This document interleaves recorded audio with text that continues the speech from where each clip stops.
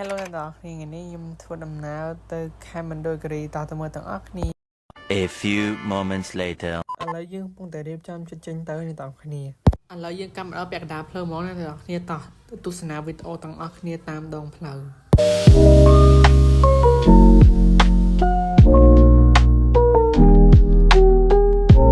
មក9:44នាទីអ្នកទាំងអស់គ្នាឥឡូវយើងបានមកដល់ដែនដីឦសានអ្នកទាំងអស់គ្នាគឺខេត្តមណ្ឌលគិរីអ្នកទាំងអស់គ្នាគឺតាមផ្លូវស្អាតខ្លាំងមែនតើអ្នកទាំងអស់គ្នាគឺខ្ញុំពិតជាសំទោសអ្នកទាំងអស់គ្នាខ្លាំងមែនតើដោយសារខ្ញុំអត់សូវបានថតទិដ្ឋភាពដោយសារខ្ញុំអង្គុយកណ្ដាលទៅវារៀងវ៉ាថតចឹងអ្នកទាំងអស់គ្នាអត់អីខ្ញុំនឹងដាក់វីដេអូបែបខ្លីៗឲ្យអ្នកទាំងអស់គ្នាមើលបានអូខេតោះទៅមើលទាំងអស់គ្នា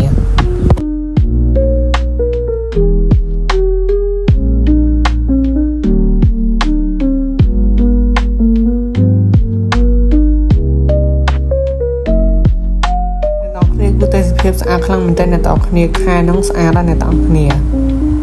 បយើងញ៉ាំបាយយើងក៏អង្គុយមើលទេសភាពហើយតិចទៀតមកយើងចេញទៅភ្នំដកក្រមុំ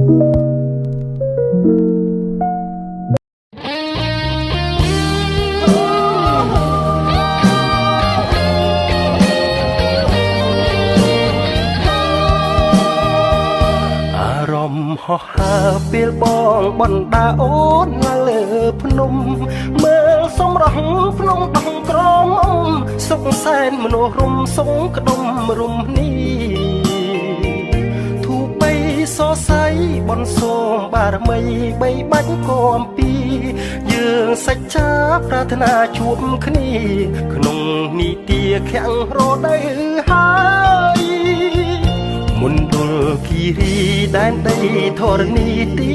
កំណើតស្នេហ៍យល់រំភើយលំហើយលំហើយគួចចងចិត្តស្នេហ៍ពុំប្រែព្រួលឡើយឋានសួគ៌លោកីដែលបងនឹងស្រីប្រាថ្នាយូរហើយបី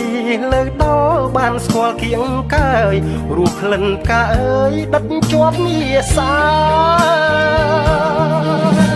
ស្រស់បវរដូចធម្មជាតិបងមើលហើយមើលទៀតសំរងវនីតវិស័យដូចកា